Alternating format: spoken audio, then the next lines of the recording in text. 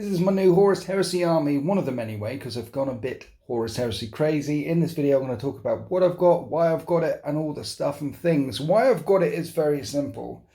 This is the Horus Heresy box set and a Sakaran, and when I point it all up, it's 2,300 points worth of juice. And I got it because it's a good start and it's cheap. How cheap?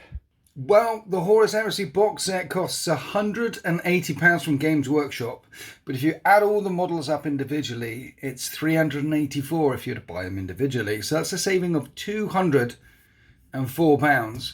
Or you can get them from Element Games in Manchester and get it for £144, which is a saving of 240 quid on just the miniatures.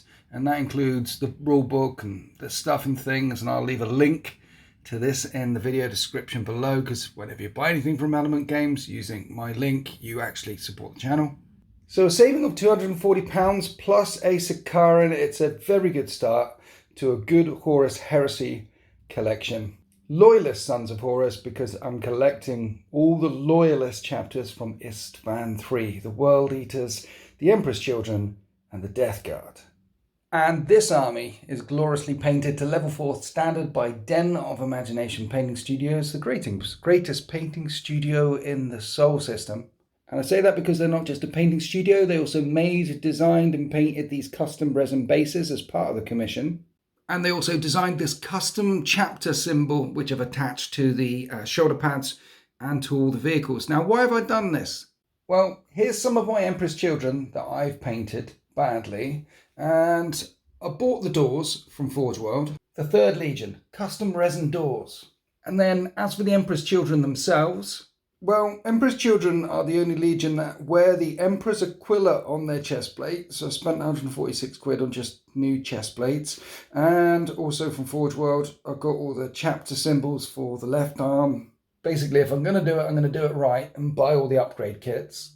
And Ancient Rylanor, work in progress this one. And the Palatine blades from Forge World, and Lucius, the flawless blade on the left, Soltavitz on the right, and the 2 new Emperor's Children custom Praetors that they do, and this Tartarus Praetor is a G. This model is spanking. I wanted to make sure that the Emperor's Children stuff looked like the Emperor's Children stuff, customizing it fully. I've spent a lot of money. I mean, just all the shoulder pads that I bought were £146.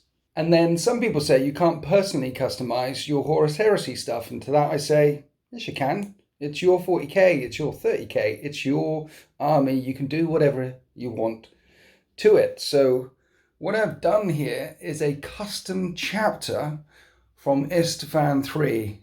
In my narrative, there's an entire chapter, an entire company of Sons of Horus that were sent down to Istvan III to die, and I'm calling them the Sons of Luna. These are Istvan III survivors, and they're called the Sons of Luna because they took part in the pacification of Luna over 200 years ago, right at the start of the Great Crusade. Loyalists because they fought alongside the Emperor and knew the Emperor way before they even discovered their Primarch.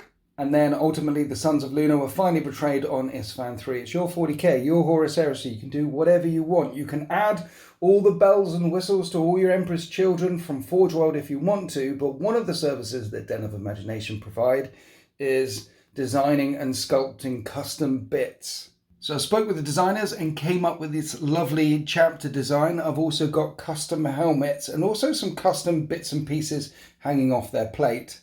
Honestly, you can go completely wild if you want to, and having visited Den of Imagination, I've seen some completely wild designs inside the painting studio.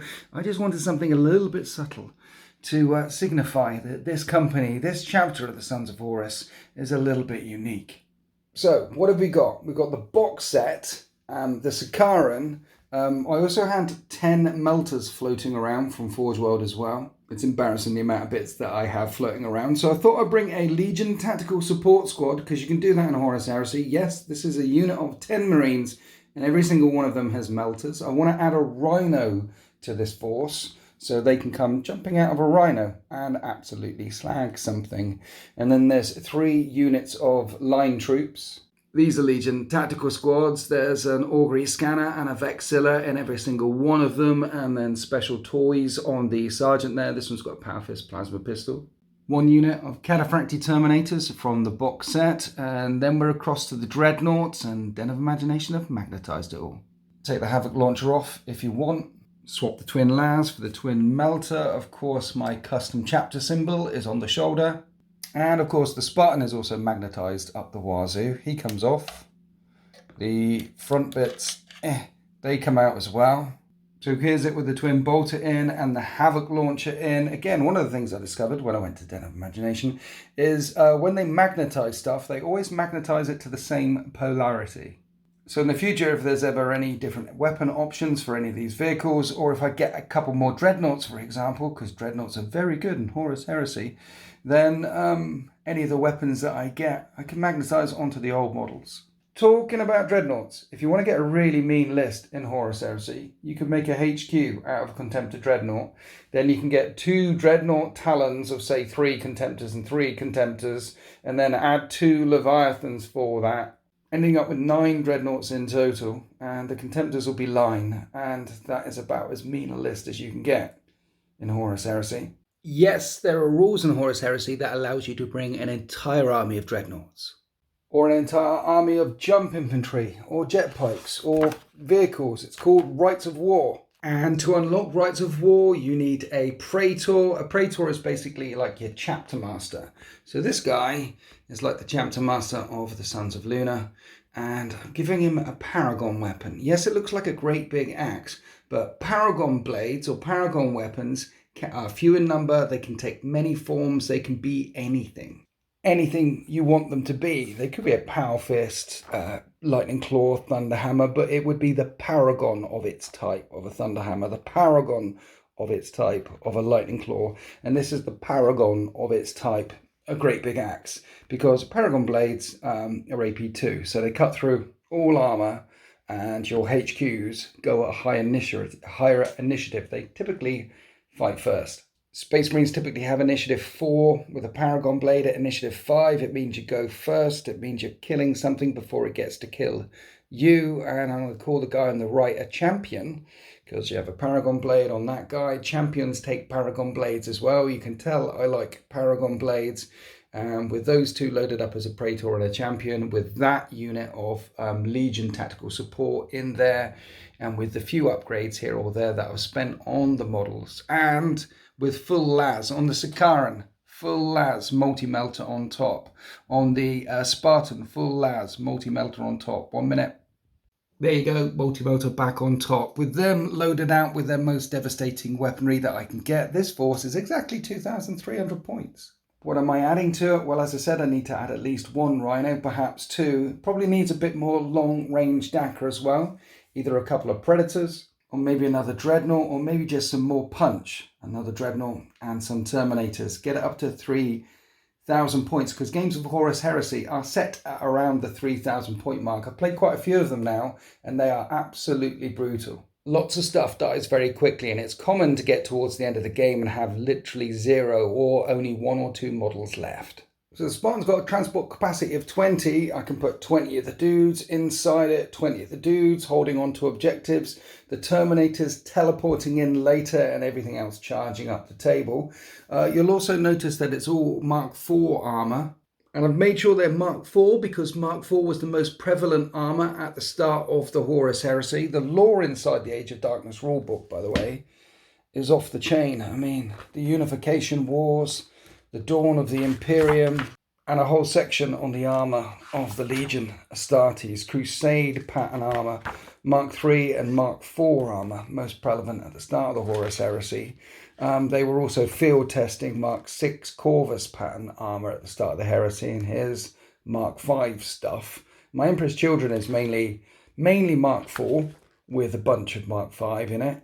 The Death Guard, mainly Mark III. So I had to make the Mark IV. If you haven't started the Horus Heresy books, I highly recommend them.